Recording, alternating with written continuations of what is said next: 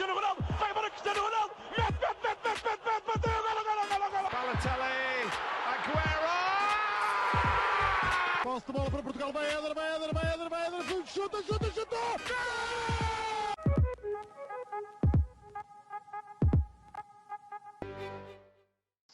Olá, sejam muito bem-vindos a mais um episódio do podcast Hispanenca. Estou na companhia de Miguel Rocha e João Nuno Sousa. Jota. Olá, Jota. Tudo bem? Olá, parece que estou aqui mais uma vez. O homem que desde que veio desejou, desde o primeiro segundo do seu episódio, o final deste projeto. Nem sei como é que está aqui outra vez. Mas pronto, eu sei. Acho, é falta de eu outra vez disse que isto estava aí por água abaixo por teres de me chamar depois de chamar o Blessing. Mas agora, a partir do momento em que me tens de repetir um convidado e me escolhes a mim, Em primeiro lugar, não és o primeiro, nem o único convidado que nós repetimos. Nem digo nada. Não sei. A maior parte distingue-se pela qualidade. Está Tu distingues que vens cá o mesmo número de vezes que o Portimonense ganhou ao Fama esta época. bem, pronto. Bem, picardias à parte. É o último episódio do ano e, aliás, antes disso, surpresinha hoje, já que quem está atento no Instagram e no Twitter antes de ouvir isto já viu, que é a nossa nova cara, o nosso novo logo, que foi meio prendinha de Natal para vocês, meio novo ano, nova cara para nós. Portanto, achamos que é um logo mais clean. Não, eu estou a falar de novo logo, o Rocha já viu, o Jota não faz a que eu estou a falar ainda. Viu a imagem aos pixels. Portanto, está um bocadinho à toa. Mas amanhã vais ter as suas dúvidas totalmente dissipadas. Portanto, aqui está a justificação da nova imagem. Achámos que era preciso algo novo e também vêm uns projetos nossos no início do novo ano que era importante, já temos um rebranding feito para depois associar a mesma imagem ao mesmo projeto. E é um bocadinho por aí. Vamos aos prémios, tal como fizemos o ano passado. Este ano achámos interessante convidar alguém de fora, alguém isento de fora de três grandes, para vir ajudar-nos a fazer estes prémios, tanto nacionais como internacionais, sendo que algumas categorias também foram vocês que propuseram nas nossas redes sociais. Vamos um bocadinho às categorias mais gerais, que começamos pela equipa do ano. Eu vou já abrir o jogo, porque eu acho que a nível nacional, vamos começar por aí, ou melhor, podem ser já as duas, nacional e internacional, vamos fazer assim nas categorias todas. Mas eu acho que a nível nacional só há uma resposta possível aqui. Equipa do ano, que tem o diretor de comunicação do ano, tem o treinador do ano, tem o 11 todo do ano, que é o Sporting. Minha equipa internacional é o Chelsea. Também, esta foi um bocadinho mais difícil. Foi um bocadinho pelo fator Champions, obviamente, mas a nível internacional houve muito... Foi um ano, aliás, muito de picos. Agora está um pico mais Manchester City e se calhar há 2 meses era da Ajax, um bocadinho depois de Bayern. Pronto, foi uma época muito de momentos, muito de fases. Na época mais importante da época, quem esteve por cima foi o Chelsea, foram campeões e foi nesse sentido que eu escolhi. Jota, equipa nacional e internacional. Foi o Sporting. Porque, não há muito a dizer. Eu cheiro-me que vais ficar muito feliz com as minhas escolhas, ou pelo menos por grande parte delas. Mas não dá para dar a outra equipa que não o Sporting este ano, pelo menos a nível nacional. Pronto, tiveram o melhor ano dos últimos 20, provavelmente, e tiveram muito mérito na época que fizeram. A nível internacional, como disseste, foi bastante mais difícil. Eu escolhi o Bayern, porque para mim é a equipa mais forte do mundo, já tem sido nos últimos anos, a equipa mais consistente do mundo, pelo menos. E este ano, no que é o total dos 12 meses, parece-me a equipa superior. Como disseste, também considerei equipas como o Ajax, como o City, como o Chelsea, mas acabei por escolher o Bayern porque acho que ao longo destes 12 meses foi a equipa mais forte e já está com um avanço enorme na Bundesliga, por causa disso mesmo. Muito bem, boas escolhas, principalmente a nacional. Rocha, vamos ver se consegues ser isento. Eu consigo, eu também escolhi o Sporting, mas já agora, também para não ficar só o Sporting, tenho de fazer aqui uma menção honrosa ao que seria o meu segundo lugar se o Sporting não tivesse sido campeão, que era sem dúvida nenhum o Estrela Praia, porque foi campeão de segunda liga, chegou às meias finais da taça e nesta metade da época está em quinto lugar na primeira liga após a subida. E portanto, se não fosse o Sporting, escolhi o Estoril. Quanto à equipa internacional, eu acabei por optar pelo Chelsea, mas lá está, foi o que vocês disseram. Acho que não houve uma equipa internacional que se tenha destacado por si só. Sem dúvida, acho que o Bayern é mais equipa que o Chelsea, mas lá está, só escolhi o Chelsea pelo fator Champions, e mais nenhuma razão, até eles agora têm vindo a crescer um pouco na sua qualidade, portanto, valeu mais até a primeira metade do ano do que a segunda. Estamos assim em primeira categoria com excelentes escolhas do nosso painel. Vamos agora para jogador do ano, nacional e internacional, que ainda foi um bocadinho mais difícil de escolher, mas acabei por ir para o que a Liga atribuiu para melhor da época passada, que foi o Coates, mas acho que, aliás, esta época o Coates também está a ter um papel preponderante no Sporting, como se viu, por exemplo, naquele descalabro dos 5-1 contra o Ajax, em que ele não estava a jogar. Mas acho que é justo, mas lá está, também acho que o Sporting é uma equipe muito equilibrada, portanto acho que outros jogadores também teriam esse prémio facilmente. Dou ao Coates pela capacidade de liderança, pela influência que tem na equipe, etc. O do ano, isto é basicamente, nós estamos aqui a discutir a Bola de Ouro, e a Bola de Ouro dá pano para mangas este ano. Eu vou dar ao Lewandowski, porque para além de merecer este ano, já merecia o anterior, portanto é uma Bola de Ouro por 2 anos, é um rendimento de 2 anos, e ele conseguiu bater, por exemplo, o recorde de mais gols no ano que era do Ronaldo, conseguiu ganhar, está bem que é do Bayern, mas ganhou mais uns quantos títulos, e lá está, foi constante ao longo do ano todo, não ali em 2 meses, sendo um deles uma competição internacional, mas já me estou a avançar demais. Portanto, para mim, Coates e Lewandowski. Rocha, para ti, quais foram? Bem, para mim, Nacional 2 dias. Não vou escolher. Estava ao pote. Quem? Não, ali... explica-me só, Rocha. Quem é o Luís Dias? Opa, coitado, Blanco, Quem? coitado. Explica-me quem é o Luís Pelo Dias. amor de Deus. Olha, Opa. digo-te já, o ano passado podem não ter notado no Luís Dias, porque pronto, o Pote estava com 20 e tal golos marcados, mas a verdade é, sem dúvida, que ele este ano está a fazer uma época muito melhor que o ano passado, isso não há dúvida. O ano passado ainda assim marcou 11 golos, fez 6 assistências, e este ano, em metade dos jogos, ou nem isso, já leva 14 golos e 4 assistências. Não, ok, pronto. Bom saber que estamos a atribuir um prémio do ano a um jogador que esteve no seu melhor rendimento apenas em metade dele. Então, nesse caso, o Messi foi justo. Não foi metade dele. Olha, porque ao contrário, e se calhar a acrescentar também ao que o Messi teve, este senhor fez uma grande Copa América. Pois está. Foi o melhor marcador, também a par do Messi, foi jogador de revelação na Copa América. E portanto, não podes dizer que não viste o Luís Dias jogar na primeira metade do ano. Não foi isso que eu disse, a pergunta é quem é que ele Pronto. Então, e o Pote onde é que está este ano agora? Onde é que está este ano? Pronto. Tem 6 assistências E o Coates? nos 6 jogos, pronto. E o Coates? O Coates, pronto, Pronto, queres que ele marque de canto todos os jogos? Está no meu, olha, digo-te já isto, está no meu 11, está no meu 11 do ano, agora, até punha o Palhinha à frente do Coates. Portanto, para mim é o Luís Dias, sem dúvida alguma, e vai ser também o melhor jogador no fim da época, não tenho também qualquer tipo de dúvidas. E internacional, também foi Lewandowski, porque lá está, foi o melhor jogador o ano inteiro, já igualou, acho eu, quer dizer, vamos ver se o Ronaldo marca gols contra o Newcastle na segunda-feira, mas igualou o recorde do Ronaldo, acho que era de 2012 ou 2013,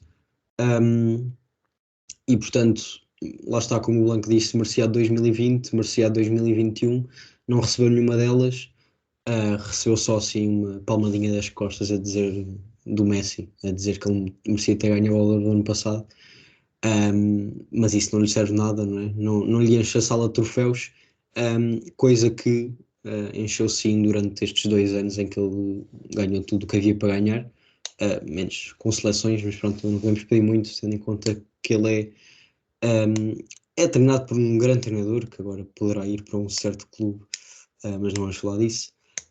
Mas pronto, sendo a Polónia, também não se pode pedir ao Lewandowski que ganhe Euros e Mundiais, coisa que se pode pedir ao Messi, ou ao Ronaldo até, nem vou mais longe, e portanto atribuo ao Lewandowski. Giro. Jota, as suas escolhas. Eu vou começar pelo internacional para nos mantermos no mesmo tema. Realmente o Lewandowski não ganhou nem no ano passado nem este ano, mas ganhou o prémio de jogador do ano do Spanenka, que é um prémio muito mais importante, até creio que para ele. Acho que vai ficar feliz ao ouvir este podcast e acho que vou ter de ser do contra, porque estamos aqui todos a dar ao mesmo tempo piada nenhuma.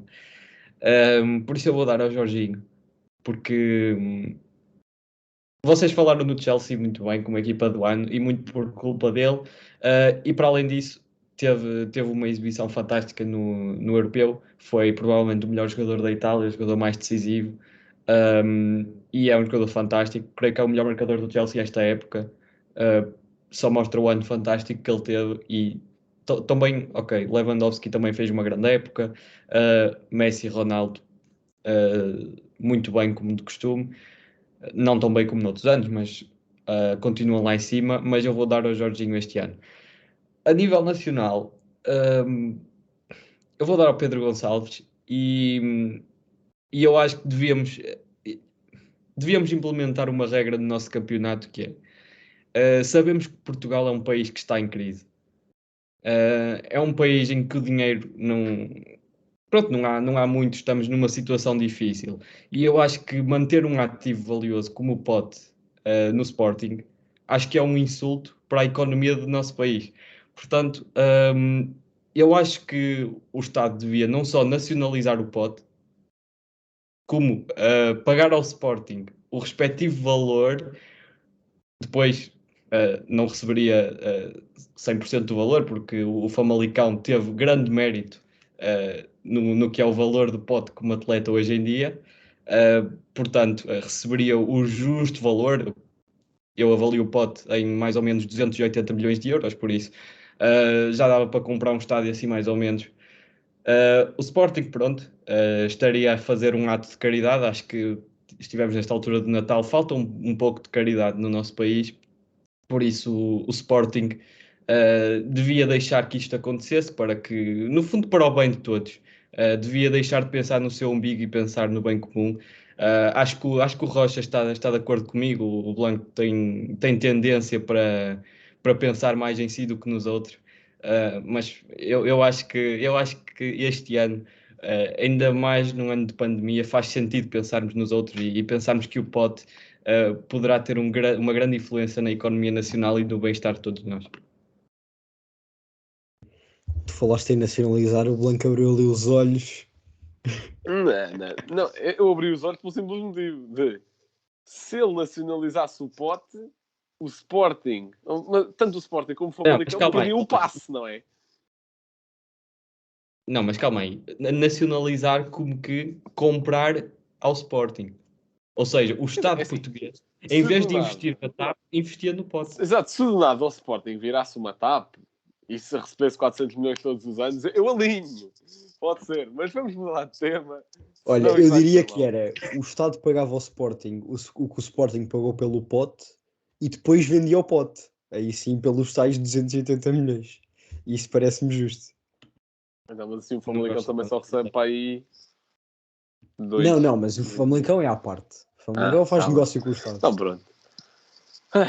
E eu é que sou egoísta. Seguinte. Também é por aí que queria pegar, não é? Olha, por acaso, enquanto estava a ter esta ideia, lembrei-me, por acaso o Famalicão tem uma parte do passe. Mas não foi como vou dizer isto, longe disso. Quando nacionalizarem o Banza, também quero ver o que é que acontece. Vamos a jogador revelação do ano. Que é capaz de ser uma categoria em que há de haver alguma maior diversidade. A nível nacional, ou melhor, eu estou sempre a começar as categorias. Jota, assume tu as rédeas, né? Qual é que pediste? Peço desculpa, não consegui ouvir. Pois, andas aí a pensar no pote demasiado. Jogador revelação do ano, tanto a nacional como a internacional. Jogador revelação do ano. Bem, a nível internacional, vou dizer Ruben Dias. Acho que é um jogador que se transformou completamente. Não era um jogador que eu achasse que fosse ter o impacto que teve. Não era um jogador que eu considerasse sequer dos melhores do mundo na sua posição, nem sequer top 10, nem perto disso, antes deste ano. Mas a verdade é que desde que foi para o City, transformou-se completamente. Não comete os mesmos erros que cometia antes, obviamente que tem alguns lapsos pontuais, mas no geral tem estado muito bem. por isso vai ser a minha revelação do ano, a nível internacional. A nível nacional, vou para mais um jogador do Sporting. Escolhi o Inácio. O Inácio também era um jogador que não era visto como uma grande promessa quando estava na formação. Víamos, por exemplo, Eduardo Quaresma, era muito mais bem cotado que ele. E a verdade é que agora Inácio é titular do campeão nacional, foi fundamental na conquista do título. Só não está na seleção, sabe-se lá porquê. E a verdade é que se consolidou como um dos melhores jogadores do nosso campeonato, na sua posição. É um grande ativo para o Sporting, é um jogador muito bom com bola, muito bom a defender também. E pelo que cresceu nos últimos 12 meses, ou se calhar ano e meio, acho que merece esta distinção. Eu pegando aí na tua distinção, Gonçalo Inácio, gostaria só de relembrar ao Rocha, que aí há coisa de uns 6 meses ou 7, foi um bocadinho antes do Euro, foi depois da convocatória do Euro, uma cena assim. Houve uma discussão no grupo do Spanenka, em que o Rocha estava de um lado e o Rodrigo do outro, sãos mentalmente, em que se estava a comparar Gonçalo Inácio e Diogo Leite. Eu acho que isso já foi há muito mais tempo que 7 meses, calma lá. Não, isto foi, tenho a certeza que isto foi antes da Mas foi porque- convocatória do Europeu. já nem me lembro disso, mas por causa do Porquê? Sub-21. Estávamos a falar da convocatória do Europeu e do Sub-21 ao mesmo tempo. E surgiu essa discussão. Eu depois arranjo prints, tranquilo. Mas pronto, Rocha, já que queres falar, indica também as tuas revelações do ano. Bem, então. Nacional escolhi o Crespo do Estoril, que agora está no Fenerbahçe. Pá, infelizmente foi um jogador que este ano não continuou na Liga NOS, mas na Liga BWIN, peço desculpa. Está no Fenerbahçe, estava a ser treinado pelo Vítor Pereira, entretanto o homem foi despedido, coitado. Já levou um gol no Fenerbahçe, mas ele o ano passado era o homem forte do Estoril, e que basicamente os encaminhou para a subida, e portanto acaba por ser uma revelação. Ele tem que ir para aí 24 ou 25, já não tenho bem certeza. Ou seja, não é propriamente assim um jovem jogador de 20 anos, mas como por exemplo o que eu escolhi para internacional, como o Pedri, que tem 20, acho eu. E quanto a internacional, lá está. O Pedri foi assim a minha escolha um pouco mais mainstream. Mas eu, para segundo e terceiro lugar, tenho 2 jogadores da mesma posição. Um deles, o que o Jota escolheu, o Ruben Dias também. E na terceira pus o Militão, porque sinceramente acho que ele o ano passado, quando o Sérgio Ramos, o ano passado não, no fim da última época, quando o Sérgio Ramos se lesionou, ele já começou a pegar no lugar, e este ano está completamente o patrão da defesa do Real Madrid, e está a jogar muito, e eu acredito sinceramente que esta vai ser a época da afirmação dele. Ok.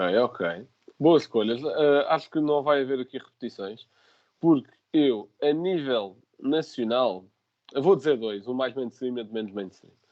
O menos, que ainda assim é bastante mainstream, é o Beto, o que esteve no Portimonense, que, aliás, fez um 2021 perfeito, porque o grande crescimento de rendimento dele no Portimonense foi mais ou menos a partir de janeiro até o final da época, e foi para a Udinese, já leva 9 gols esta época, sendo que 2 ainda é na Liga BWIN e 7 na Série A, e manteve o seu ótimo rendimento.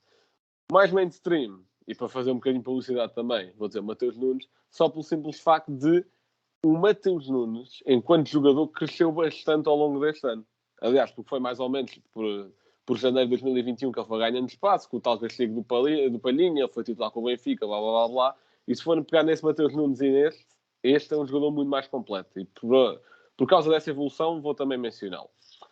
A nível internacional, pensando no Pedri, também é um jogador que encantou toda a gente, mas vou pegar aqui num jogador que me encantou ainda mais que o Pedri esta época, foi de quem eu já falei aqui no episódio da Liga das Nações com o Azevedo, exatamente.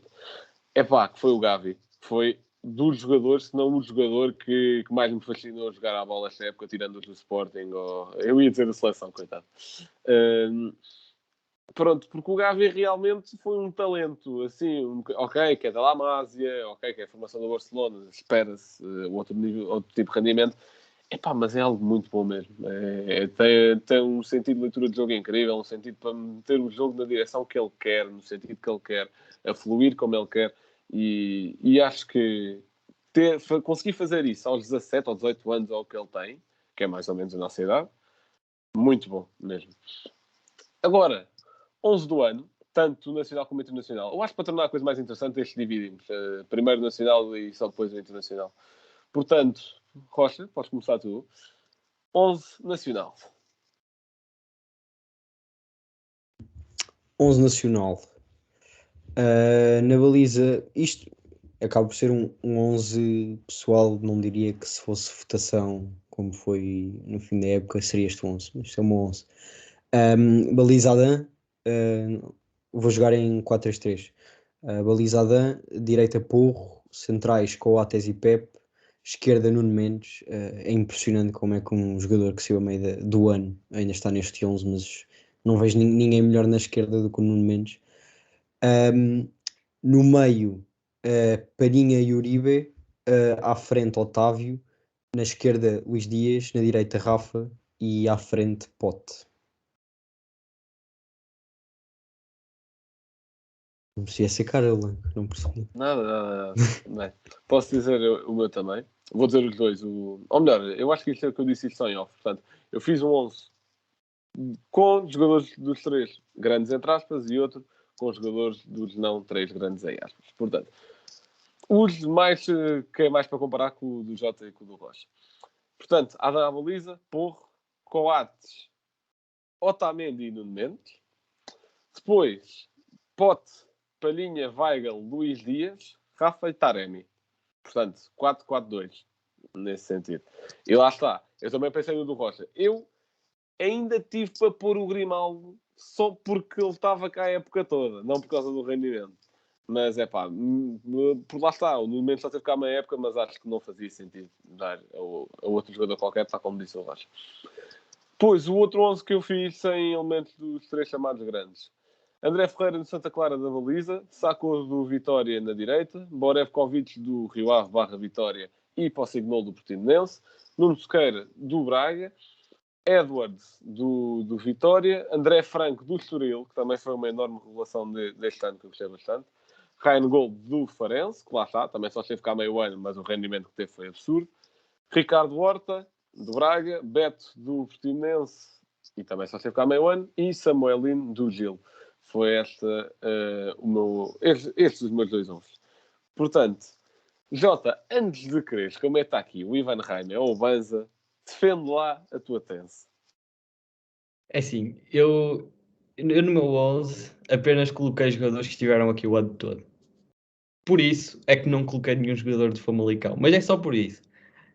Agora, tu não colocaste nenhum jogador de Famalicão por maldade, que é diferente. E pronto, não posso dizer que estou surpreendido. Na baliza fui com o Adam. Na direita ao Porro também era mais ou menos óbvio, depois o Coates. E um jogador que nenhum de vocês mencionou, e eu por acaso achei que fosse muito mencionado, que é o Lucas Veríssimo. O Lucas Veríssimo chegou em janeiro ao Benfica e pegou destaca, e foi dos melhores jogadores do Benfica, praticamente até se lesionar. Por isso merece aqui a minha menção. Para a esquerda, o Nuno Mendes foi claramente o melhor, mas não foi a minha escolha, porque lá está. Só esteve aqui metade do ano. Eu também pensei em meter o Grimaldo, só porque esteve cá há muito tempo, mas isso não tinha piada nenhuma. Então eu escolhi o Fali Candé do Portimonense, que também foi um jogador que teve uma boa época.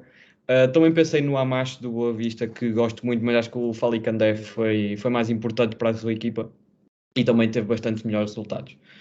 Para o meio campo, Não sei como é que não pensaste no Zaidu, pá. é pá, porque ele agora... Eu nem sei como é que vou responder a isso, honestamente. Eu ia tentar com lógica, mas eu não tenho capacidade para isso, a este ponto. No meio campo, eu vou escolher o Palhinha e o João Mário. O João Mário fez uma primeira parte bastante interessante no Sporting. O Blanco está aqui a tentar importunar-me, mas eu sou mais forte do que isso. E creio que no Benfica também, apesar dos resultados não tão positivos a nível coletivo, acho que foi dos melhores jogadores do Benfica nesta primeira parte da temporada.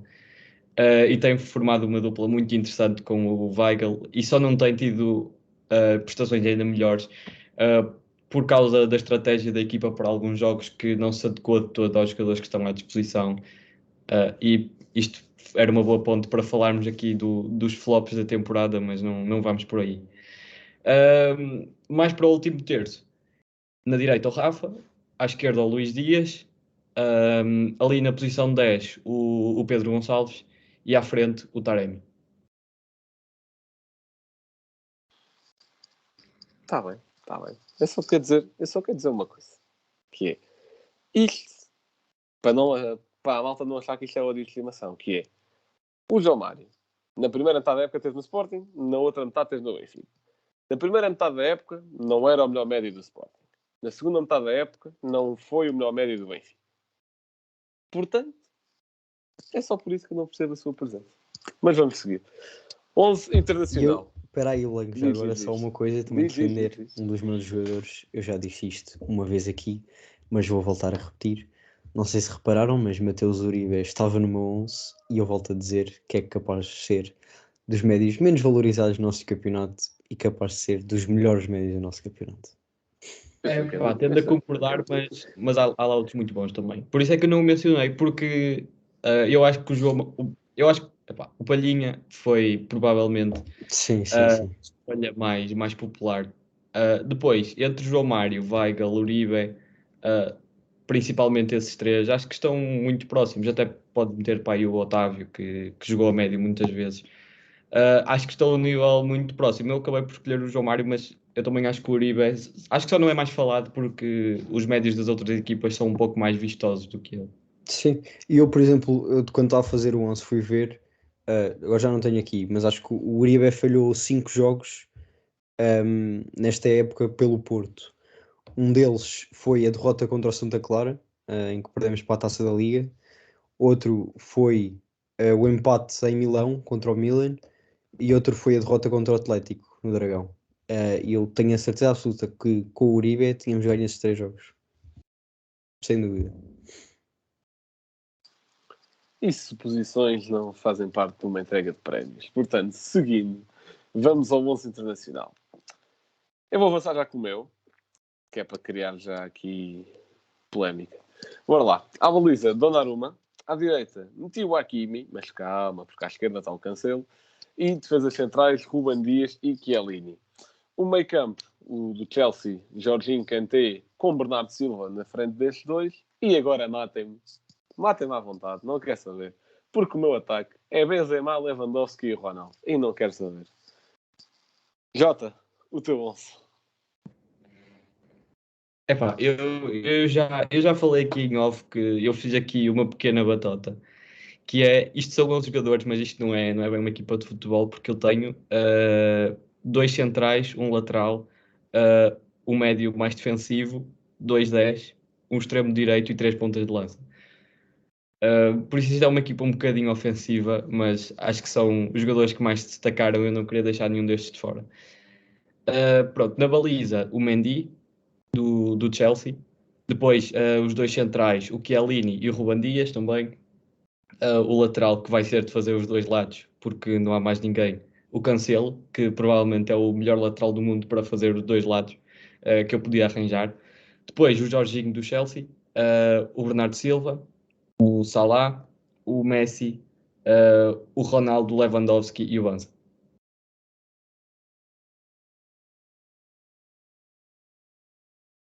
Eu acho que te faltou.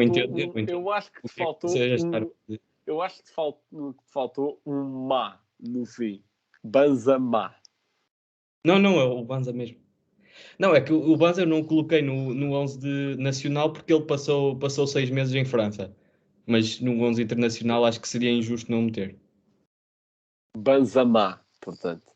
E só não meti porque ele não foi titular no último jogo. Senão estavas lixado com esse também.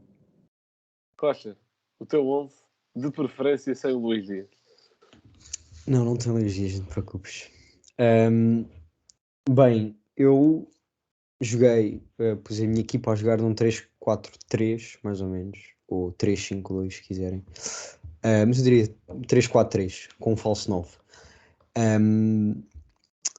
Ou seja, Mendy na baliza. Epá, como assim o Mendy não foi nomeado para Luvador ou sei lá como, o prémio, já não sei como é que se chama aquilo, prémio Yashin.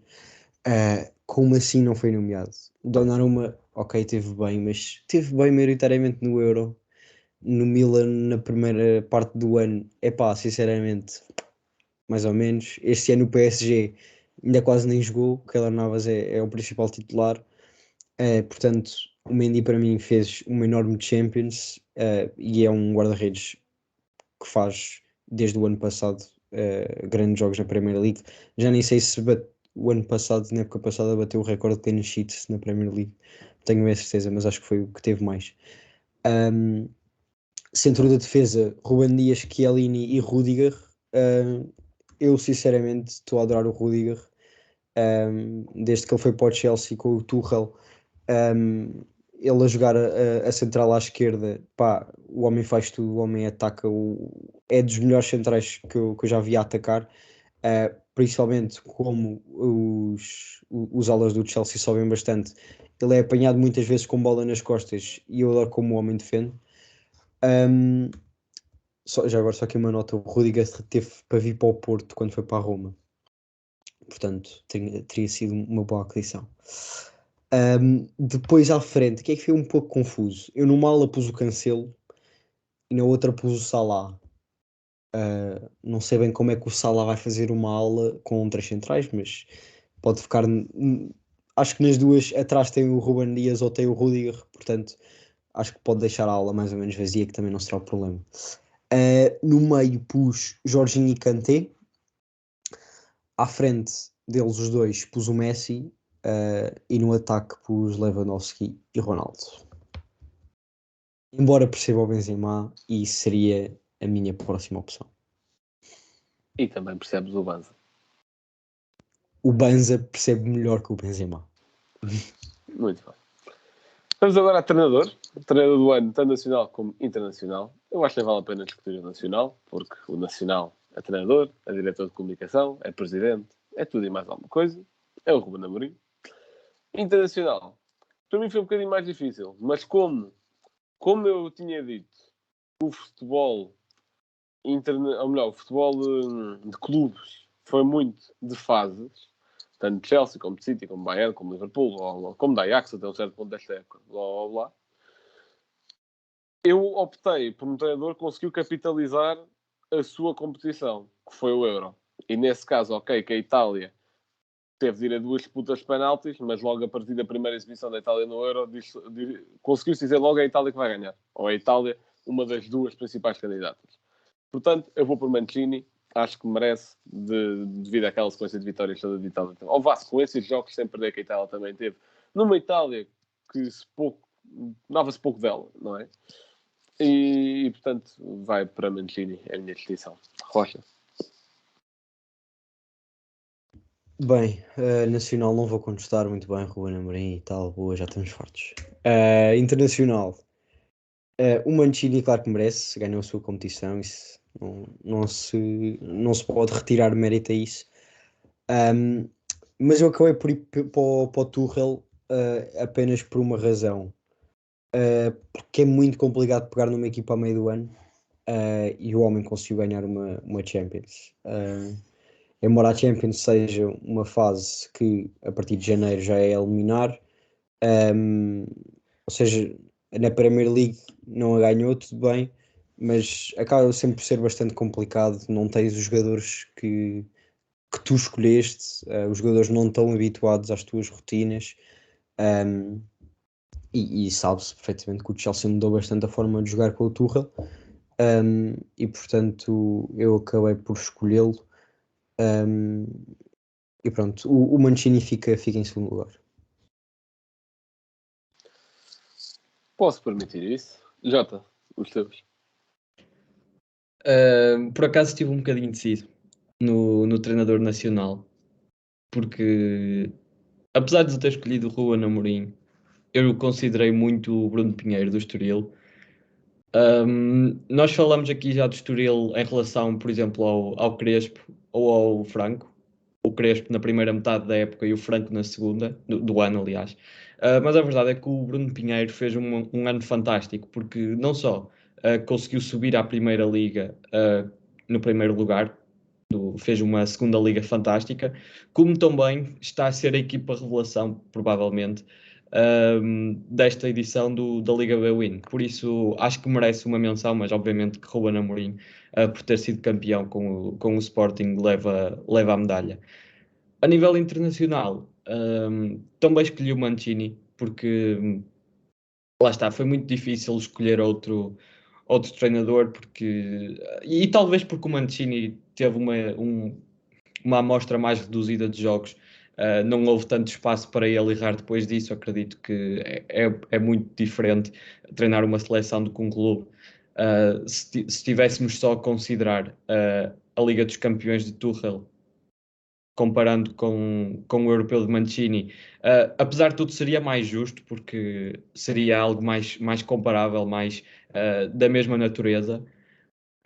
Mas eu vou com Mancini de qualquer maneira.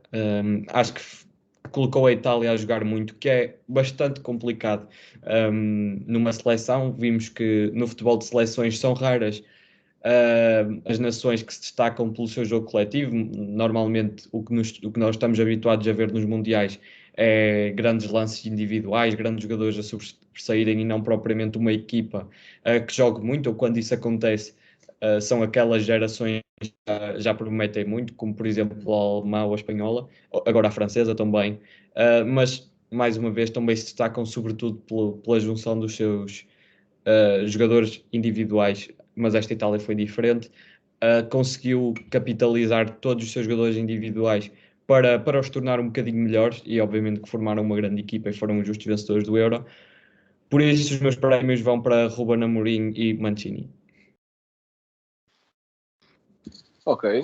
E agora, passando já para as categorias que nos foram sugeridas, tanto em Instagram como em Twitter, vamos agora passar para uma, pegando também no tema treinador. Melhor treinador jovem, que foi o Leandro, com 2 Os, 17, que sugeriu. E, é assim, eu interpretei isto também um bocadinho como treinador não jovem, mas revelação, para não dar também ao Ruben Amorim. Mas vou passar a bola a outro. Rocha, podes começar tu esta. Epá, eu por acaso escolhi o Amorim, sendo o jovem. Se fosse revelação, escolhi o Pinheiro. Portanto, acho que as justificações já estão dadas. Quanto a internacional, epá, para mim é o melhor e vai ser provavelmente o melhor dos próximos 15 anos, que é o Nagelsmann. Também não há muito a dizer. Percebo. Pronto. Eu, na onda da revelação, escolhi o Bruno Pinheiro. Só para não estar a dar ao Amorim também, que é o coitado. Depois fica sem espaço na estante em casa.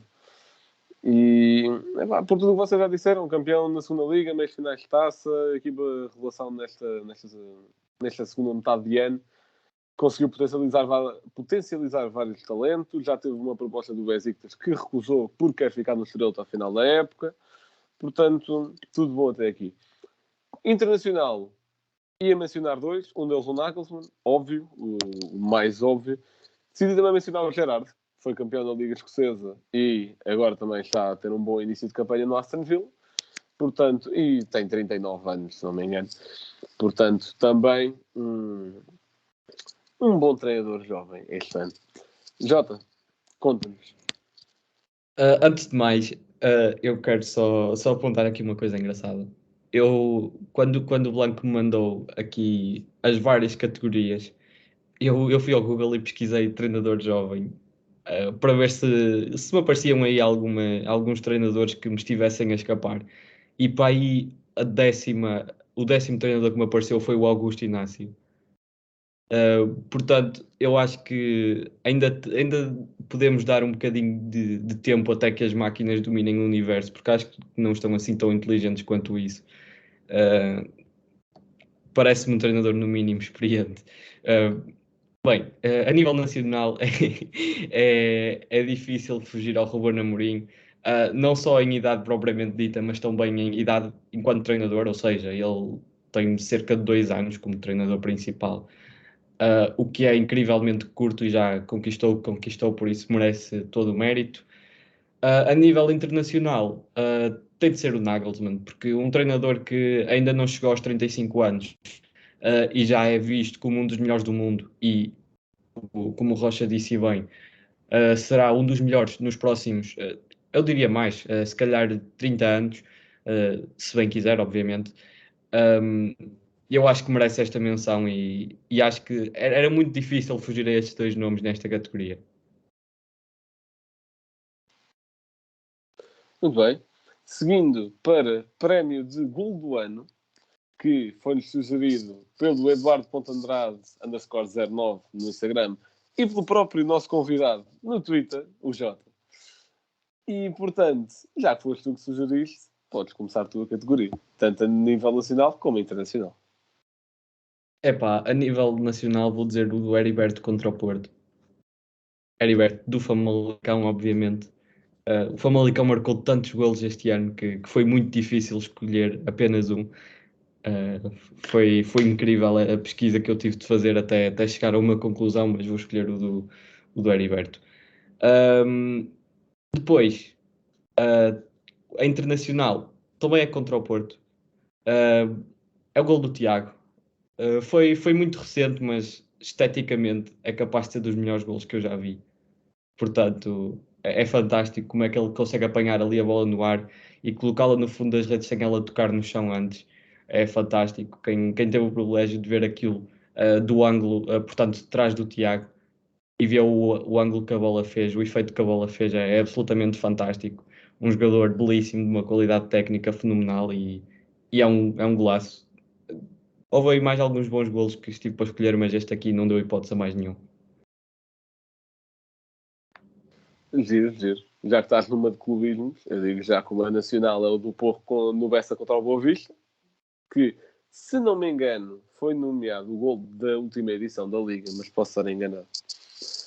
Mas pronto, a nível nacional é esse. E o segundo, para ser um bocadinho mais mainstream, que eu ainda não tive aqui, acho que a maior parte das minhas escolhas não foram... Podiam ter sido mais mainstream, pelo menos as internacionais. Para ser um bocadinho mainstream a nível internacional, vou pegar no gol do Patrick Schick contra a Escócia, que, por acaso, este foi um dos jogos que eu estava a analisar naquela sala. Tais mini-análises que nós fazíamos no Europeu. Este foi um dos jogos que eu estava a analisar e ainda bem que pude analisar este jogo, porque este gol foi mesmo bom de ver assim com mais atenção, no modo de analisar, etc.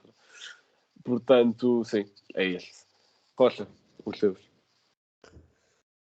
Bem, Deixa-me só dizer uma coisa antes. O gol do Heriberto foi contra o Braga, não foi contra o Porto, enganei-me. Mas é um golaço, não é mesmo? Por isso. bem parecia, estava a ver que os nossos Sim, guarda-redes não eu sofriam um gol assim. Bem, eu a nível nacional, olha, fui o único não clubista. Escolhi o gol do Beto contra o Tondela, em que lhe metem uma bola assim dentro da área e ele dá de primeira de pontapé de bicicleta. Internacional, já fui um bocadinho mais clubista. Escolhi o gol do Taremi. Está nomeado para o Prémio Puskás. Ainda não sabe quem ganhou, mas diria que devia ganhar apenas por uma questão. Quem fez o cruzamento foi o Nanu. Portanto, logo por aí. Verdade. Vou alterar a minha opção. Agora, antes de passarmos a dois tipos de categorias, um bocadinho mais fora da onda, vamos só dar aqui um destaque ao gesto de fair play, também sugerido pelo Eduardo Pontandrade, 09. E acho que nós estivemos a falar um bocadinho em off e todos concordamos que é o mesmo, que é a tal questão do Eriksen e da ajuda que foi prestada pelo Kjaer e pela toda a seleção dinamarquesa, um bocadinho no geral. E também porque sinceramente não nos lembrámos muito mais momentos que fossem que devessem ter sido destacados e que se pudessem sequer comparar a salvar uma vida humana, etc. Portanto, todos nomeamos este, tem aqui o prémio, é unânime. E de seguida, vamos a duas categorias, se calhar as duas últimas, se calhar são um bocadinho fora da ideia de prémios, porque isto estamos a dizer literalmente o pior. Que foi uma coisa que muita gente sugeriu, já vão aqui ouvir, que imensa gente sugeriu, tanto equipa de seção do ano como flop do ano. Portanto, equipa de seção do ano foi-nos sugerido pelo duplo atacante no Twitter, João Vicente no Twitter e João Pinheiro, que já gravou connosco um conteúdo, ou melhor, comigo, um conteúdo sobre o Euro, uma daquelas tais análises. Portanto, foram estes três que sugeriram esta categoria, equipa de seção do ano. E pá, já não lembro quem é que começou a última. Rocha, podes começar tu. Bem, eu, equipa de seleção internacional, pá, tinha de ir para o PSG. Acho que é incontornável. Ok, que é mais de seleção por causa da segunda metade do ano. Pá, mas acho que não há muitas palavras, sinceramente, para descrever. Ainda tinha pensado no Barcelona, era uma das minhas opções, mas eu acho que ter Neymar, Mbappé e Messi numa equipa, para não falar do resto dos jogadores, que é uma coisa absurda, e não conseguir destacar no meio de todas as. É verdade que há muitas equipas internacionais a jogar bem, como já falámos aqui, do Bayern, Chelsea e City. Mas eu diria que agora nós, por exemplo, nos oitavos da Champions, pronto, o PSG vai jogar contra o Real Madrid e nós se calhar dizemos que vai ser equilibrado, mas eu pelo menos diria que se o PSG jogasse contra uma destas equipas, Chelsea, City, Liverpool, Bayern, qualquer que fosse a equipa, a outra equipa era a favorita, porque realmente o PSG, o que joga, não condiz com os jogadores que tem. E viu-se ainda no último jogo em que acho que empataram, já não sei, ficou o Rennes, não tenho a certeza. Mas pronto, lá está, foi o Icardi a marcar aos 90 minutos, o que é que foi? E uma Acho que equipa foi contra quem? Contra quem? contra o Lorient, acho que foi. É capaz, é capaz. Pá, era uma equipa laranja. Exatamente, a Lorient.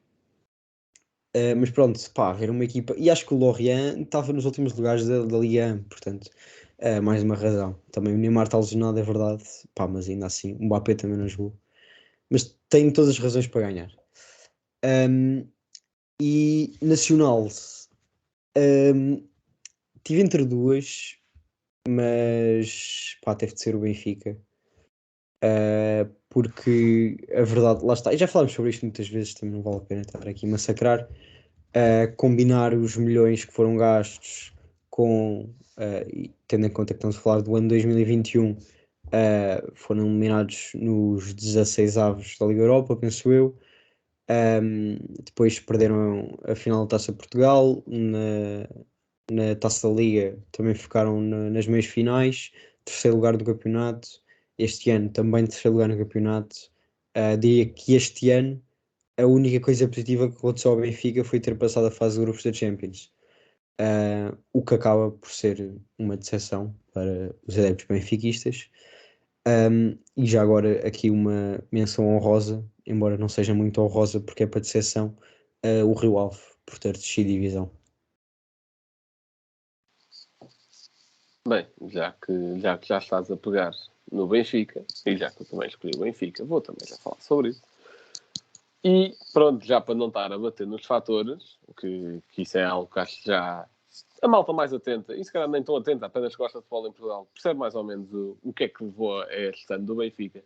Eu só queria dizer que, pelo menos para mim, se eu fosse benfiquista, o facto de Jorge Jesus ainda estar no comando depois do tempo que esteve lá, desde o verão de 2020, é uma vergonha para o clube. Peço desculpa, mas é. Porque o Jorge Jesus já não acrescenta nada àquilo, já não diz nada ao nome Benfica, já não diz nada ao plantel do Benfica, já não mostra grande coisa. O facto do Jorge Jesus ainda estar lá, ainda se prende por dois fatores. Uma boa vitória frente ao Barcelona em escombro. E dois, que foi um passo importante para se qualificar para os oitavos de final de Champions. E dois, porque tem uma cláusula de rescisão de 2 milhões de euros. Rui Costa, 2 milhões de euros foi mais ou menos o que o Sporting pagou ao Liverpool pelo Ilori, ao Reading, ou lá quem é que foi. É relativizar. É para o bem do futuro. Manda lá embora, que eles também querem ir para o Flamengo. E tem de se despachar, porque o Paulo Sousa também está na corrida. Portanto, enquanto a Federação Polaca não aprova aquilo, vem lá, se despachas isso e, quem vai buscar? Há aí boas opções. Também se andou a falar do Pochettino, a um certo ponto. Nunca acreditaria que o Pochettino viesse para o Benfica naquela altura em que o Jorge Jesus veio. Mas se dá para apontares o Pochettino, dá para arranjares um treinador também bom, um bocadinho com menos nome, mas também bom. Portanto, trata disso. Equipa internacional de desilusão. Eu fui para o Barcelona. Porquê? Porque, obviamente, percebo a questão do PSG também, que o investimento todo que fez é uma desilusão. Investimento, pelo menos em termos de nomes, que até a maior parte foi o que disseram. Mas o Barcelona faz mais impressão, em primeiro lugar, porque só se apercebeu que se calhar despedir o Koeman seria uma boa ideia para em novembro. Em segundo, porque com o talento todo que tiveram ao longo do ano, ou seja, ok, não podiam contratar, dificuldades financeiras, isso eu percebo tudo. Agora, e tiveram de despachar também o Messi. Mas ao longo do ano, ter jogadores como Messi, Pedri, sendo que estes dois chegaram a jogar em simultâneo durante metade do ano, e o melhor que conseguiram foi uma Copa do Rei. Gavi, Nico, Busquets, óbvio, Ter Stegen, podia continuar. Sendo que também tiveram Griezmann na primeira metade.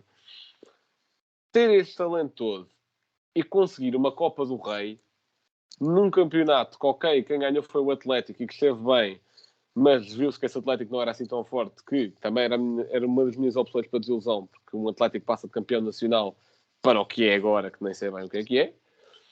Portanto, num campeonato, numa liga que não está assim tão forte, um Barcelona com este talento todo, com estes nomes individuais, só conseguir uma Copa do Rei, é algo que me supera. Portanto, para mim, vai para o Barcelona. Jota, as tuas. É assim, eu tinha aqui uma equipa que não sei bem se pode considerar nacional ou internacional, que é a nossa seleção. Que é com alguma margem a equipa que mais me decepciona constantemente. Concordo. Ao ponto de que, a este ponto, eu já nem me surpreendo quando corre mal, porque é quase inacreditável como é que com tantos bons jogadores, e não sei se podemos falar de uma geração de ouro, mas eu pelo menos não me lembro de ver uma seleção nacional com metade da qualidade que temos hoje, e considerando obviamente a que ganhou o europeu. Acho que é incrível como é que uma equipa com tantos bons jogadores consegue render tão pouco. E vocês falaram do Barcelona, que também considerei, do PSG até, mas se nós olharmos para o PSG, apesar do subrendimento que têm tido, sinceramente vão acabar por ganhar a Liga Francesa sem grandes dificuldades, a não ser que uma coisa muito estranha aconteça. Nas competições europeias ainda é muito difícil dizer, mas a verdade é que a nossa seleção, num grupo que teria condições de passar com extrema facilidade, acabou por não o fazer, acabou por ir até à última com a Sérvia e depois a não conseguir eliminar os sérvios, que têm e isto é um exercício interessante, olhar para a seleção da Sérvia e pensar quantos jogadores daquela seleção é que cabiam na nossa. E se forem mais de 2 ou 3 já é muito. E acho que considerando isto tudo e considerando também a teimosia da Federação em manter este treinador, acho que tem de ser considerada a decepção do ano, mais do que qualquer outra. Fernando Santos já não tem condições há muito tempo para dar o melhor rumo à nossa seleção. Acho que já devia ter saído provavelmente no fim da Liga das Nações. Acho que o próprio devia ter reconhecido que os feitos da equipa foram sempre bastante além do que a equipa jogava, ou seja, os resultados eram bastante melhores que as exibições, e quando isso é assim, tende a não correr bem a longo prazo.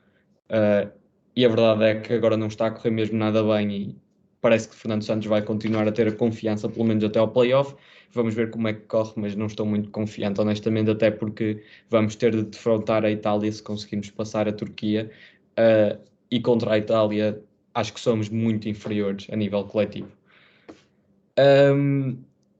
Como era preciso escolher uma equipa mais a nível nacional, obviamente que o Benfica me veio à cabeça. Uma equipa que gasta tanto dinheiro, que investe tanto, tem de ser campeã em Portugal.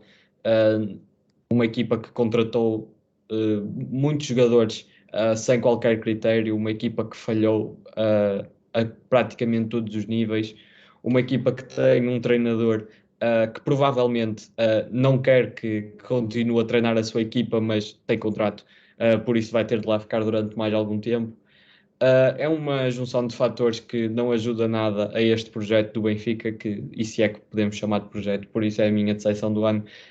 A nível internacional vou dizer o Barcelona, muito pelo que o Blanco já disse, não tenho muito mais a acrescentar. Acho que juntando isso à situação financeira do clube, que também nos ultrapassa um pouco, Acho que é preciso muito melhor. Também pensei no United, mas obviamente, mas na minha opinião, pelo menos, com o Ole no comando, não se podia esperar grande coisa do que fosse dali sair, e ele saiu há pouco tempo, por isso vamos ver se há salvação, quer para o United, quer para o Barcelona. Para a seleção nacional parece que está um pouco mais difícil. Olha, eu tinha-me esquecido completamente da seleção, mas não posso concordar mais contigo. Deve ser a equipa. A seleção até dias em que a seleção joga, por isso deixa lá que estás. Eu ia dizer melhor. que a seleção era a equipa que mais me desiludia, mas eu na seleção não vejo uma equipa, vejo um plantel. Portanto, é o que mais me desilude. Foi o que mais me desiludiu no ano 2021, e o que me desiludiu ainda mais é o Fernando ainda estar lá. Muito obrigado. Aliás, nós falámos isto diversas vezes em vários episódios. Aliás, o europeu foi a coisa que mais cobrimos este ano neste projeto, onde cobrimos todo e qualquer jogo, todo qualquer acontecimento europeu nós cobrimos. Portanto, a malta tem registro da nossa desilusão dia após dia daquela competição. E depois esta qualificação para o Mundial também tem registro disso, portanto vão ouvir para não estarmos a repetir. Mas pronto, enfim. Para a última categoria, flop do ano. Lá está. Também não gostamos de estar a bater individualidades e se calhar queimar os jogadores, mas lá está. Eu até vou só ressalvar um bocadinho o jogador que vou escolher, pelo menos a nível nacional. Eu, a nível nacional, escolhi o Everton. Porque, ok, um jogador que foi escolhido como jogador da Copa América vem para Portugal por 20 milhões e não tem o rendimento esperado, é mau, obviamente. Mas também é muito culpa do treinador. O Everton sempre foi um extremo, o Benfica não joga bem com extremos. Mas em 3 centrais ele está mais para a frente do que em 4-4-2. Ok, mas em 3 centrais ele ainda assim... O Everton é um extremo que tem de partir da esquerda e vir para o meio por ele próprio, não é já estar no meio. Ele não tem bem essa capacidade tanto de jogar entre linhas como se quase fosse um médio criativo, como o Foden, ou o Bernardo, ou o Pedri, ou o que seja. Portanto, aí também culpa do treinador. Agora, flop internacional.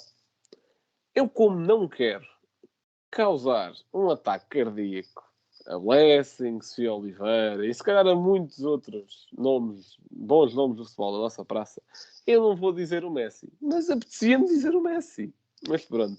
Vou dizer 2 nomes. Vou dizer o Sérgio Ramos, também um bocadinho por culpa das lesões, mas é pá, um central do gabarito e do nome dele, ter feito para aí 3 jogos, ele chegou para a Paris Saint-Germain desde o verão, é mau.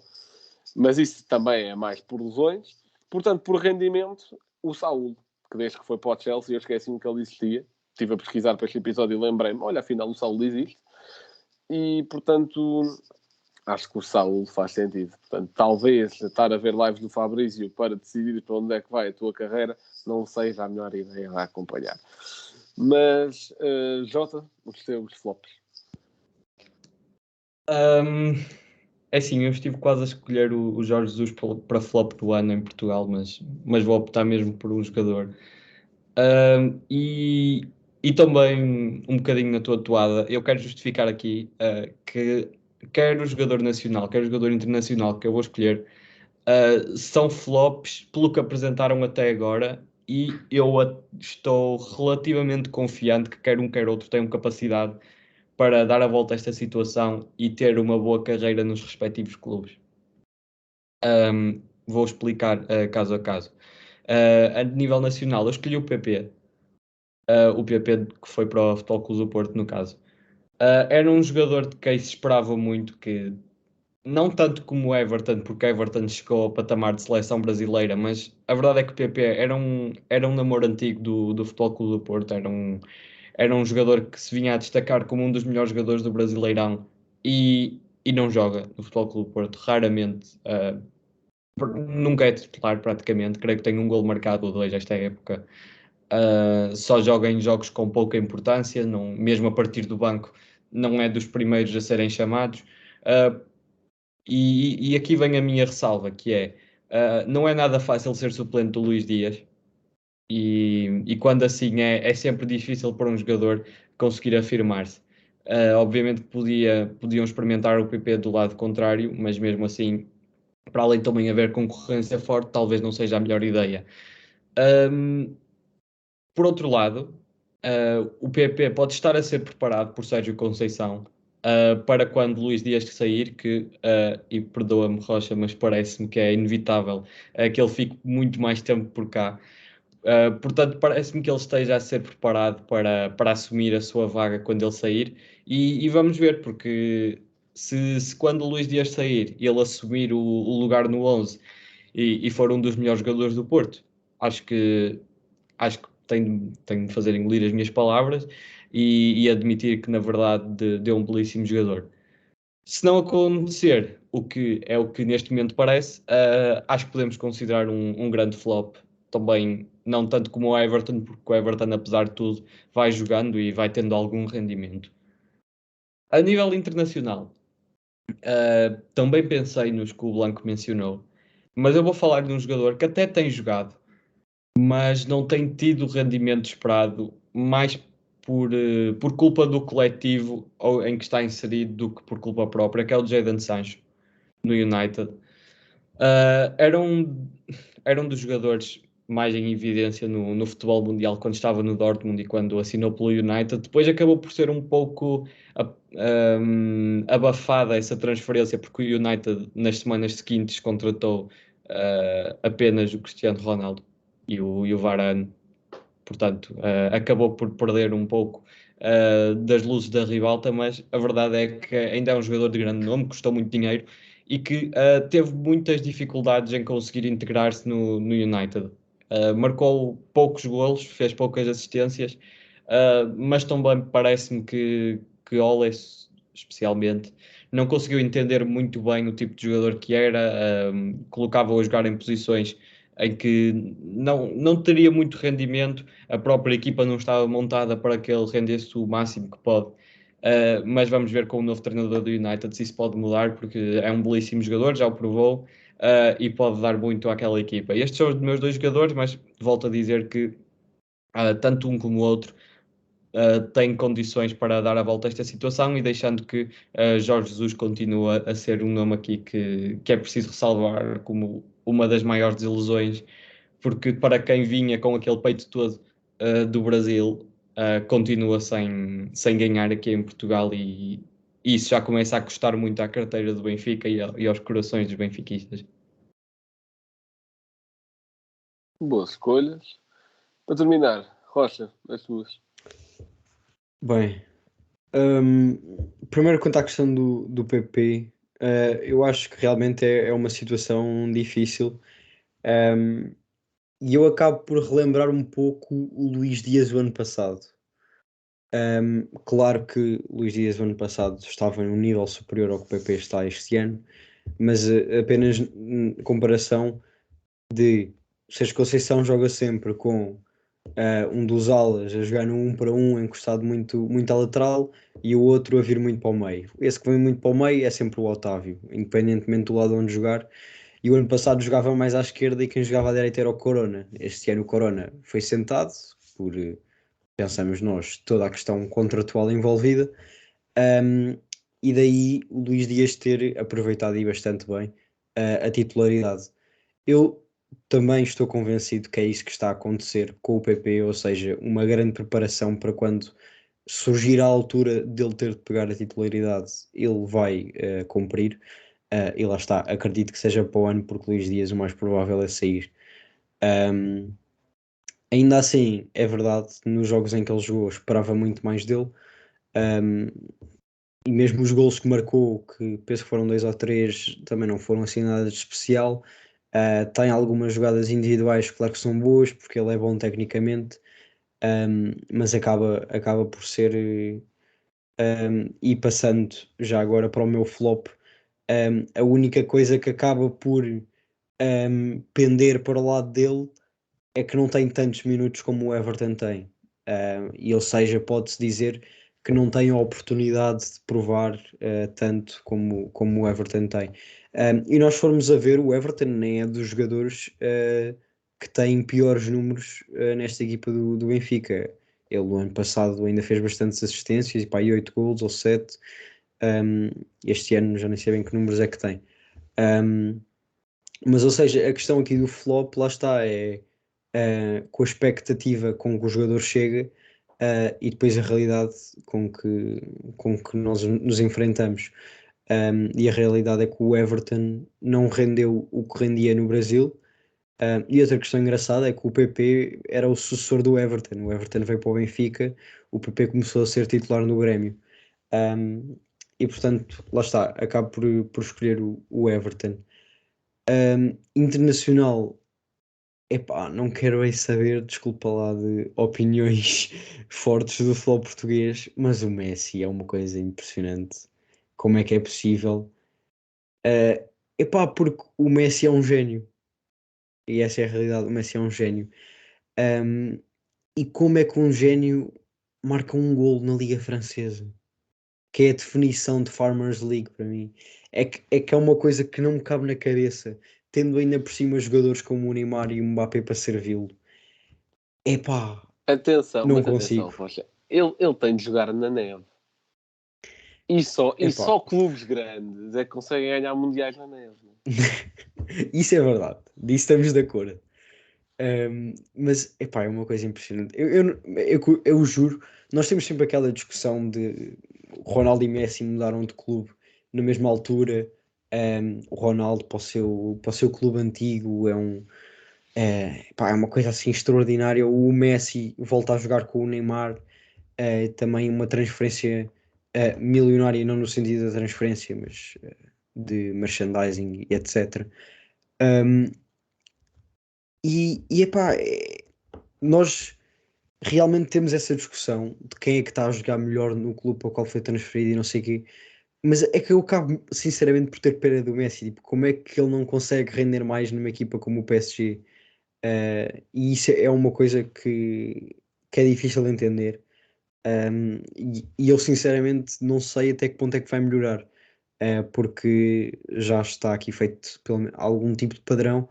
Um, Pode ter a ver com a motivação, porque ele na Champions até tem para aí 5 gols, o que é. Na Liga Francesa já leva para aí 12 jogos e tem um gol. Um, e portanto, ok, o Messi dá muito mais ao jogo sem ser golos, percebo tudo isso. Mas a questão é que o PSG depois também não ganha jogos, ou melhor, ganha jogos, tem primeiro já nem sei se tem primeiro não, mas acho que estão. Tem primeiro na Liga. Mas depois lá está, como aconteceu este fim de semana, eu estava a dizer a questão do Lorient, epá, é uma coisa que não se percebe. E uma coisa que pode acabar por acontecer é, enquanto o Messi for um flop, o PSG também vai acabar por ser a equipa de exceção deste ano, porque muita da expectativa que foi criada no PSG foi devido ao facto do Messi ter ido para lá. E portanto acabam por ser estas as minhas escolhas. Deixa só Um, dizer, o PSG não só Força. está em primeiro, como está a 13 pontos do segundo lugar. Por isso era um bocadinho o que eu estava a dizer. Pois, Apesar do PSG não estar a jogar praticamente nada coletivamente, eles estão a ganhar a maioria dos jogos, porque pronto, se tu somares as individualidades, a probabilidade de algum daqueles três da frente, principalmente, ou até de outro, por exemplo, o Verratti ou Di Maria, conseguir ganhar o jogo sozinho é muito alta. sim, E, sim. e se tu reparares daquele 11 de estrelas do Paris Saint-Germain, o que está a dar mais rendimento é Mbappé, e marca os golos quase todos na transição, porque é um jogador muito rápido e é provavelmente o jogador mais feroz do mundo na transição e acaba por conseguir marcar nesse tipo de situações, porque o PSG como equipa é muito pouquinho, muito, muito fraco e acho que só com a mudança de treinador é que pode ir lá, mas também não sei quem é que pode assumir esse lugar, sinceramente. E eu estava aqui a ver essa questão dos 13 pontos. Quem está em segundo lugar é o Nice, e tem 4 empates e 5 derrotas, que é uma coisa. Encontrei-me um segundo lugar que tenha estes resultados tão negativos. Eu posso ver agora rapidamente. Olha, segundo lugar, Premier League, que já sabemos que é muito provável e pode sempre acontecer o primeiro perder com o último se for preciso.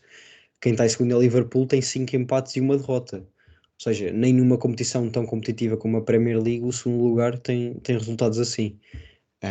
E portanto, para o PSG estar com 13 pontos de avanço, sendo a equipa acaba por ser uma desilusão, é difícil. Um, Mas bem, estando a chegar ao fim do episódio, Blanco, teu facto. Eu, antes de passar para o facto, gostaria só de dizer duas coisas. Primeiro, o PSG é aquele clube no mundo que tem a capacidade genial de perder pontos todas as semanas e ainda assim conseguir ser campeão com 10 pontos de avanço. Eu juro que o PSG nas últimas 6, 7 semanas empatou a perder os jogos todos da Liga, juro. Pelo menos é essa a impressão que passa. Mas, outra coisa, estavas a dizer que o Messi dá muito ao jogo, que é verdade. Pá, faz-me... Agora, avançados também podem dar ao jogo sem marcar gols. Já viram? Estás a falar do Taremi, eu sei, Blanco, eu sei. Não preciso dizer mais nada. Não preciso Não, dizer mais estou a falar nada. do Yaremchuk, mano. Estou a falar do Yaremchuk. Mas pronto. Passando para o facto que eu, entretanto, já está aqui de volta, era mesmo para pegarem Messi e Ronaldo. Porque ambos são os melhores marcadores de Barcelona e Juventus no ano 2021. Portanto, Messi marcou 28 golos pelo Barça em 2021. E o Griezmann marcou 15 e o Depay marcou 8. E o Ronaldo marcou 20 pela Juventus em 2021, sendo que Morata 17 e Chiesa 15. Portanto, aliás, até acho estranho como é que o Morata tem para aí 17 golos nestas Juventus, mas pronto, isso é um facto. Rocha, o teu momento cultural. Aliás, antes de passar para o teu momento cultural, recomendo também o meu que recebi este Natal. Espero que dê para ver. Pronto. As lições de Ruben Amorim, de Nuno Esteves, podem ler. Rocha, o teu. Bem, claramente que este não é a minha recomendação. E eu vou recomendar aqui um livro que faz 150 anos, agora em dezembro, acho eu, que foi criada a FA Cup em Inglaterra, que foi, como vemos numa série que eu agora não lembro do nome, mas está na Netflix, que fala do início do futebol.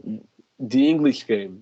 Exatamente, The English Game, em que são basicamente os ricos contra os pobres das cidades mais industriais, que faziam as suas equipas e depois acabavam por querer jogar contra as ricas e nem sempre tinham as... Pronto, vão ver a série, basicamente. E a FA Cup, lá está, foi das primeiras competições mundiais de futebol, e o livro chama-se os anos iniciais da FA Cup, como o exército britânico ajudou a estabelecer o futebol no mundo. É um livro que acho que só está disponível para encomenda online. Eu encomendei este Natal, por acaso, e portanto, pelo resumo, pareceu-me ser um livro interessante, daí recomendar. Muito bem, assim damos por concluído o último episódio do ano. Vamos a uma mensagem mais fofinha agora de final. Muito obrigado por nos terem acompanhado neste segundo ano de projeto. Não que o projeto tenha 2 anos, mas sim 2020 e 2021. Portanto, começámos em março de 2020. Ou melhor, abril. Já agora, estamos quase a fazer 2 anos. E, entretanto, este ano começámos a gravar com câmara, cobrimos uma competição toda, então, ou melhor, mentira, faltou-nos um Alemanha-Hungria que veio ao mesmo tempo do Portugal-França. Rodrigo, eu sei que estás ocupado, mas ainda me estás a dever essa análise. Portanto, conseguimos cobrir 99% da competição. E lá está. Isto só seria possível se houvesse feedback. Os números também cresceram bastante bem. Vocês sabem, nós não gostamos de divulgar isso. Mas estamos bem. Podemos dizer que estamos bem. E pronto. E esta mudança de logo e etc. só implica que o projeto está a evoluir. Não que o vamos abandonar. Está a evoluir tanto em termos de qualidade como diversidade de conteúdo. E isso está prende com um projeto que vamos ter aí no próximo ano. Mas por menores só mais lá para a frente. E também prende pelo ano em que o Jota veio cá 2 vezes. Epá, Uma pessoa que mais rápido queria o desaparecimento deste projeto do que o Famalicão campeão em Portugal. Calma aí. Epá, é a única vez que me vai ouvir dizer isto, porque as coisas estão a correr mesmo muito mal, mas neste momento o Famalicão campeão só se for na segunda. Por isso, epá, e gostava também de fazer um apelo à minha equipa a ver se contratam alguém, porque está difícil. E recordo que o Famalicão ainda não tem nenhuma vitória em casa para o campeonato nesta época. Portanto, O não vosso campeonato é tirar pontos ao Sporting, não é? eu não quero continuar mais metade da época com um cabeção diferente de todos os jogos. porque isto já começa a não doer, e quando começa a não doer, golos nos descontos e essas coisas, é porque alguma coisa está muito mal. Por isso eu espero que alguma coisa mude nos próximos tempos. Epá, é um prazer estar aqui e espero que cheguem aos 2 anos. Espero que o podcast não vá abaixo até fazerem 2 anos, também falta pouco. Acredito que são capazes de o fazer, de mandar isto tudo para o lixo até chegar lá. Acho que têm essa capacidade. Mas, Rocha, confio em ti para não Obrigado deixar pela isso. confiança. Sim, acho que. Eu acho que tenho de mencionar aqui o esforço do Rocha para manter este podcast, que apesar de ter o João Blanco, consegue números muito simpáticos. Por isso acho que merece esse mérito. E pronto, que corra muito bem o próximo ano, ainda melhor do que este. E já que estamos a discutir, Eu vou-me abster de quaisquer comentários. e tal como tu és, é bom que tu abstenhas, mas já que estamos a discutir membros do Spanenka, houve uma outra categoria que foi sugerida para estes prémios, que foi membro do Spanenka do ano. Mas como não achámos justo, e que já agora foi sugerida pelo Jota no Instagram, mas como não achámos justo estarmos Eu aqui diria a o Rodrigo. discutir, exato, quer dizer, mais ou menos, mas como não achámos justo estar a trazer esta discussão para aqui e vamos colocar nos stories e no Twitter, e vocês escolhem. Vamos deixar a democracia funcionar. Se não funcionar para o lado que eu quero, mata-se a democracia muito facilmente. Porque é assim que se funciona em ditadura. Portanto, Deixa-me só revelar aqui uma história de bastidores.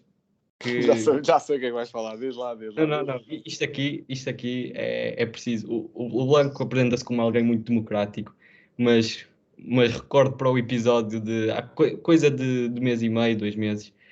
Foi marcada uma peladinha para uma terça-feira que João Blanco cruelmente mudou não para uma isso. quarta.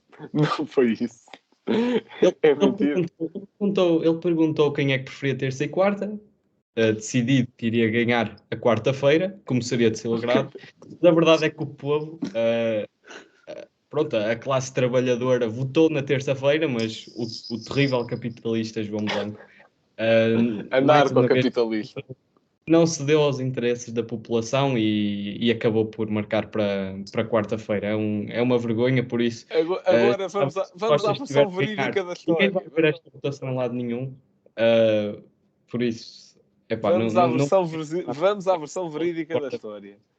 O que aconteceu foi, houve uma votação entre terça-feira e quarta-feira. Uma votação cujo site para votar foi feito pelo anarcocapitalista ditador João Blanco.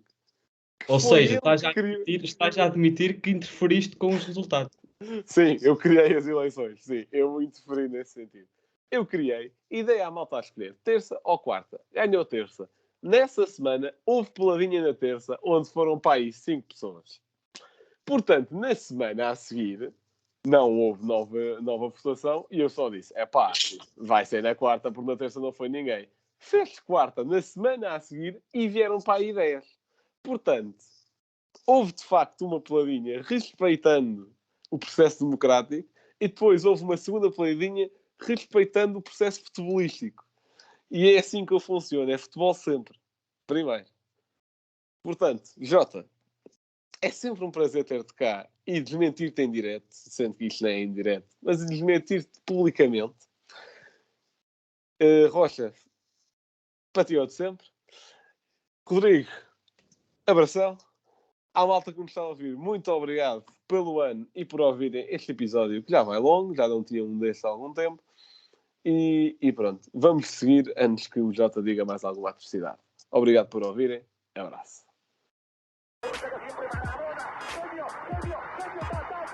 Liverpool 3-0. Corner taken quickly, Origi! Está jogado Cristiano Ronaldo. Vai embora Cristiano Ronaldo. Mete. Bateu. Golo. Balotelli. Aguero! Posse de bola para Portugal. Vai Éder. Chuta. Gol!